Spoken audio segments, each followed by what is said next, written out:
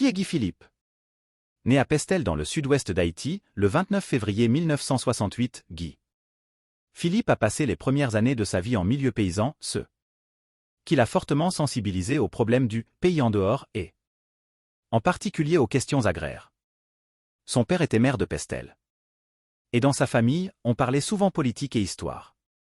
Guy Philippe est aussi un passionné de littérature et il cite volontiers Corneille, Rousseau ou Montesquieu. Après de solides études chez les frères Paulin de Jérémie et à Saint-Louis de Gonzague à Port-au-Prince, Guy Philippe part au Mexique, puis aux États-Unis. Il semble prédestiné pour le sport. Il est plusieurs fois champion national de tennis de table en Haïti et la presse mexicaine parlera plus tard de lui comme le goleador, buteur, de Puebla. Après avoir hésité entre la médecine et l'académie militaire, les hasards de l'existence conduiront, en septembre 1992, Guy Philippe à Quito, en Équateur, où il entre à la Academia Superior de Policia. Alberto Enriquez Gallo, c'est l'une des meilleures écoles de police de toute l'Amérique. 3 ans de formation soutenue avec des stages dans les commissariats et des séances d'entraînement avec les cadets de l'école militaire. Dans le cadre de simulations d'opérations combinées terre-mer. Cette formation comprend aussi 8 semestres de cours à la faculté de droit de l'OJA. En cours de formation, Guy Philippe sera intégré au sein des forces armées d'Haïti comme cadet stagiaire à l'étranger. Il achève brillamment ses études, 2e lauréat de la promotion après avoir pris un temps la tête du classement. Ils étaient 200 à franchir la porte d'entrée, il n'était que 88 gradués en raison de la rigueur de la sélection. Il est également le premier étranger à être décoré en plus de 60 ans d'existence de l'Académie. Ce parcours peut ne pas sembler, à première vue, le destiner à se préoccuper globalement des problèmes de son pays, c'est pourtant avec cette préoccupation qu'il rentrera se mettre au service de sa patrie.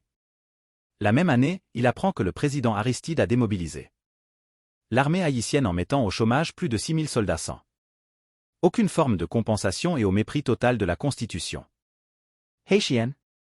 Guy Philippe se voit alors refuser l'entrée dans la toute nouvelle force de police alors qu'il est à ce moment précis l'un des rares haïtiens réellement formés pour assumer un poste de responsabilité dans le maintien de l'ordre.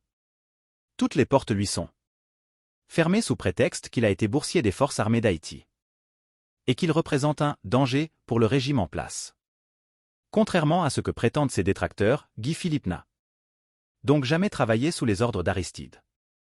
Il a fallu attendre l'arrivée de son successeur en 1995 et en particulier de Pierre Denise à la tête de la police nationale pour que Guy Philippe obtienne enfin un poste de commissaire à Ouanaminthe, à la frontière dominicaine.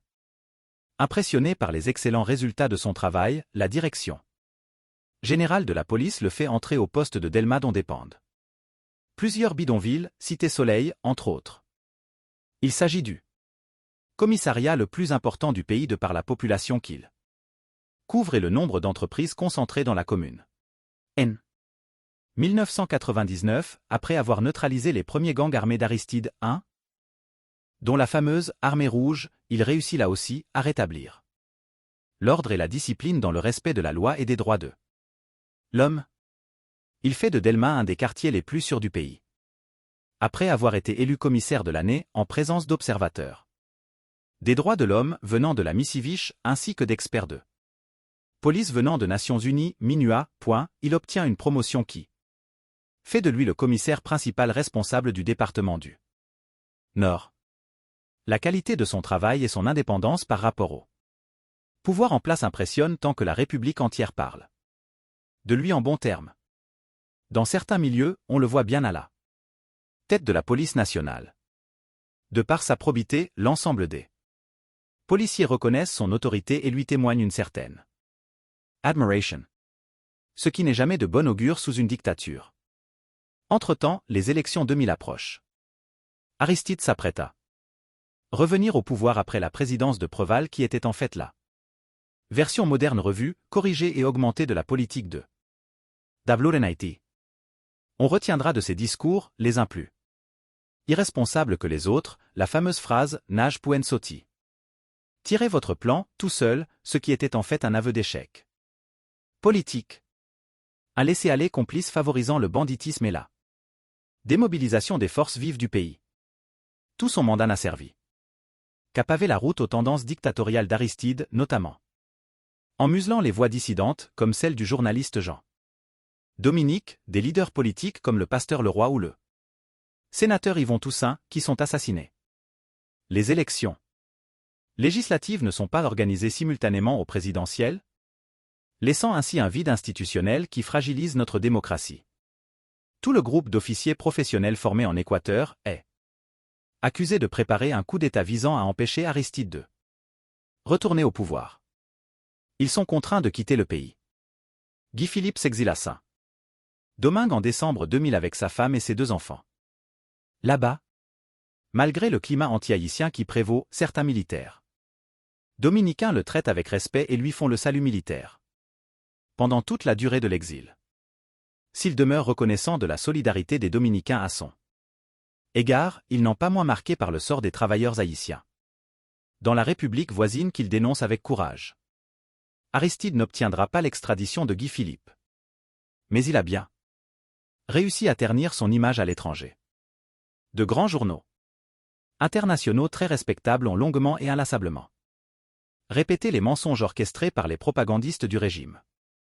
L'avala sur la prétendue fortune de Guy Philippe ou son présumé rôle comme militaire sous Duvalier alors qu'il était encore écolier.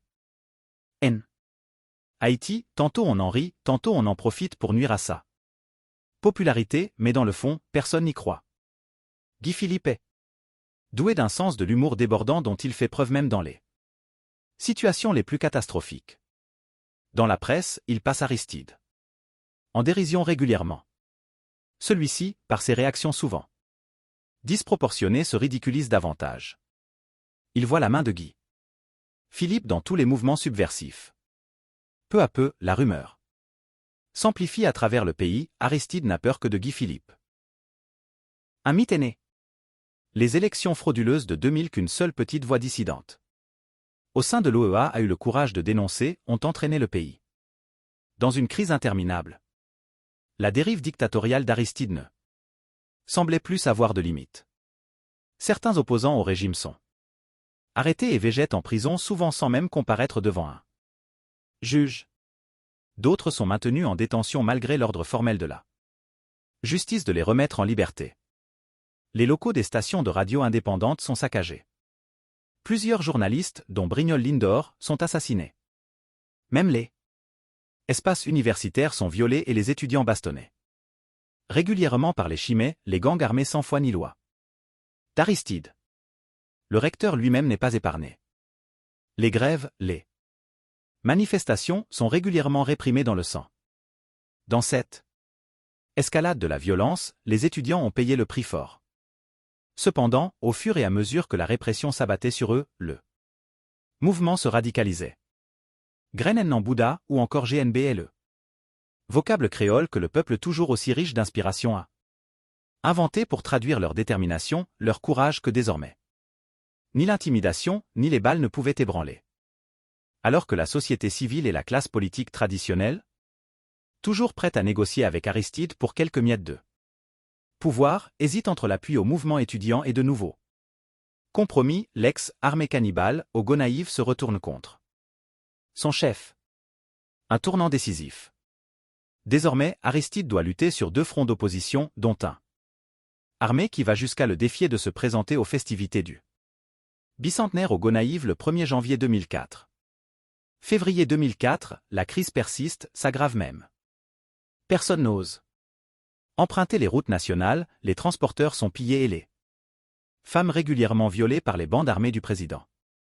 La population est à bout de souffle et hélas de ne pas voir l'ombre d'une solution. Le pays est dans l'impasse et les divers mouvements de résistance à la dictature sont essoufflés. Après 3 années d'exil, Guy Philippe traverse enfin la frontière dominicaine avec quelques patriotes prêts à mourir pour libérer Haïti. Quand il émerge à Saint-Michel de la Tallée, il est accueilli en libérateur, un héros vivant. Guy Philippe rejoint vite divers mouvements armés dont celui des Gonaïves et celui de Pernal qui se met aussitôt sous son commandement. Le mouvement prend alors le nom de Front de résistance. et de Libération nationale, point quant à ceux qui reprochent à Guy Philippe de faire alliance avec des gens au passé, pas très clair. Il répond dans une interview à la télévision dominicaine « Je suis prêt à faire alliance même avec Duvalier pour sauver Haïti ». Un peu comme Churchill avait répondu à ceux qui lui reprochaient de s'allier à Staline contre Hitler. Le commandant en chef des insurgés s'engage à ne pas investir le palais national et promet, après le départ d'Aristide, de se mettre au service du président provisoire prévu par la Constitution. Après quelques semaines de combat, il réussit à s'emparer militairement des 2/3 du territoire national. Un succès impossible à imaginer sans le soutien du peuple. Longtemps berné par les lobbyistes à la solde du pouvoir, la communauté internationale sort enfin de son indifférence et s'empresse de proposer un plan prévoyant le maintien d'Aristide au pouvoir et quelques concessions aux politiciens. Sous la pression de la rue, ceux-ci hésitent, balancent, mais finissent par refuser.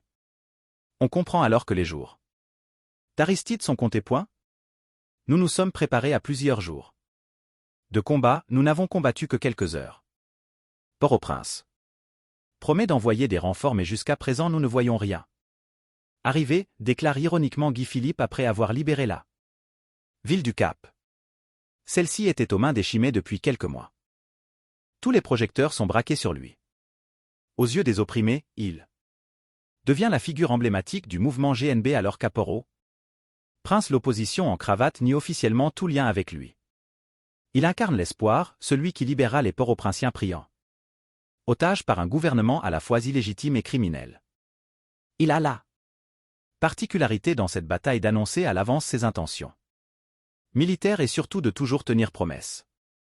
Chaque matin, le pays retient son souffle, guette chaque bulletin en quête des nouvelles du front comme on suit avec passion un feuilleton. Chaque ville libérée par les rebelles est un pas de plus vers le retour à la démocratie.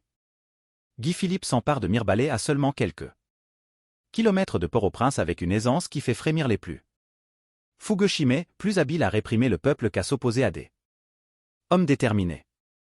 Malgré la pression de certaines ambassades qui n'ont eu aucun scrupule à soutenir la dictature en Haïti jusqu'au dernier moment, Guy Philippe promet à la nation de fêter son 36e anniversaire à Port-au-Prince, la capitale, le 29 février.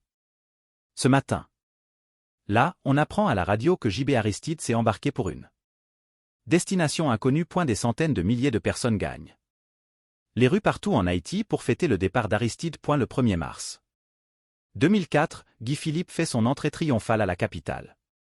Vive Guy Philippe, général présidente, pouvait-on entendre un peu partout.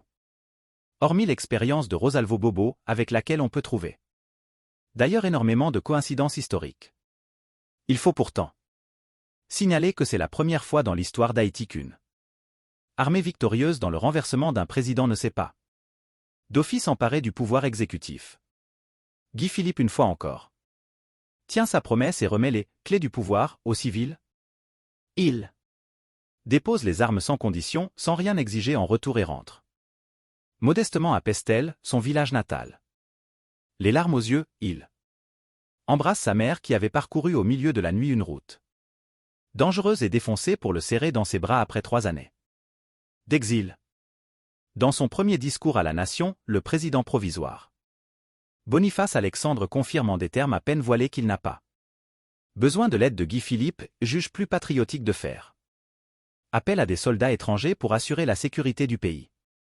On dit souvent que le peuple haïtien a la mémoire courte mais, le mauvais exemple ne vient-il pas d'en haut? Pour ne citer que 7 exemples, dans son documentaire GNB contre Attila de 1h50 où le célèbre réalisateur Arnold Antonin propose de nous permettre, je cite, de tout comprendre des événements qui ont conduit à la chute d'Aristide, le film où vous verrez tous les acteurs pour ou contre Aristido, etc. L'auteur a réalisé l'exploit de ne pas mentionner une seule fois le nom de Guy Philippe. Du côté de la classe politique traditionnelle et de certains magnats de la presse partisane, un effort considérable est déployé tentant d'ignorer l'apport de Guy Philippe pour remettre Haïti sur les rails de la démocratie. Tantadon alimente ou répète à dessein les mensonges de la presse internationale sur la vraie nature populaire de la lutte de Guy Philippe. Tantôt on se contente de l'ignorer tout bonnement. Plus tard, face à de graves problèmes d'insécurité qui ternissent l'image d'Haïti et les bavures répétées des forces onusiennes, le Premier ministre Latortue avouera publiquement qu'il regrette que sous la pression des ambassades étrangères, il n'ait pas fait appel aux militaires haïtiens pour garantir l'ordre et la sécurité publique. Il est à peu près le seul à avoir reconnu qu'il n'a pas tenu ses promesses face à ses compatriotes qui ont offert leur poitrine aux balles des Chimay pour sauver Haïti. Contrairement aux déclarations de l'opposition en cravate, armes, munitions et argent ont été acheminés aux rebelles et un accord pour former un gouvernement d'union nationale après la chute d'Aristide était prévu. Le rétablissement des forces armées apparaissait comme une évidence.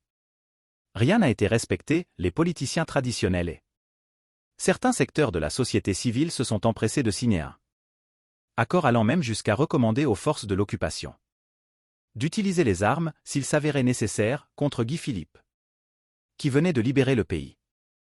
C'est ce même accord qui allait donner entre autres le comité des sages, sorti de nulle part, et aussi certains dirigeants actuels venus de nulle part eux aussi, qui nous ont conduits nulle part aujourd'hui. Face à toutes ces trahisons, aux promesses non tenues, à l'échec de la transition et au danger d'un éventuel retour à la dictature, en mai 2004, Guy Philippe annonce la création du Front pour la reconstruction nationale, FRN. Le nouveau parti choisit comme logo une truelle et un bloc. Convaincu par l'histoire douloureuse d'Haïti que la démocratie est le seul système viable, Guy Philippe déclare que la priorité demeure pour notre pays la construction d'un État fonctionnel et d'institutions indépendantes et fortes. Il s'est entouré de brillants intellectuels haïtiens, écrivains, journalistes, agronomes et spécialistes en la question du développement endogène. Au total, 32 commissions d'experts ont participé à la rédaction du programme du parti. Le FRN demanda chaque Haïtien, à l'exemple de Guy Philippe, de donner le meilleur d'eux, soit pour construire un pays nouveau. De son expérience au Mexique et en Équateur, Guy Philippe garde un intérêt certain pour les politiques économiques latino-américaines. Il est particulièrement attentif au développement récent, d'autant que s'il admet qu'il y a bien eu une certaine croissance économique du Chili sous Pinochet, il demeure horrifié par son coût humain et par le côté brutal et arbitraire du dictateur. Entre Cárdenas et Vargas, il propose une voie politique adaptée à la réalité haïtienne tout en tenant compte des exigences de l'ère de la mondialisation, des réponses effectives aux besoins économiques et sociaux de la population haïtienne. Le programme du parti pourrait se résumer en deux mots, développement endogène. Il s'agit d'une forme moderne de patriotisme économique, une valorisation des potentiels locaux qui va de la stimulation et la protection de la production nationale à la défense de nos valeurs culturelles. Un programme ouvert, progressiste et surtout porteur d'espoir. Peut-être Guy Philippe écrira-t-il encore une page de notre histoire, celle qui permettra à chacun d'entre nous de marcher à nouveau la tête haute. Cependant, le texte a écrit par Reportage Lacaille, il y a 4 ans de cela. Abonnez-vous à ma chaîne pour plus d'informations.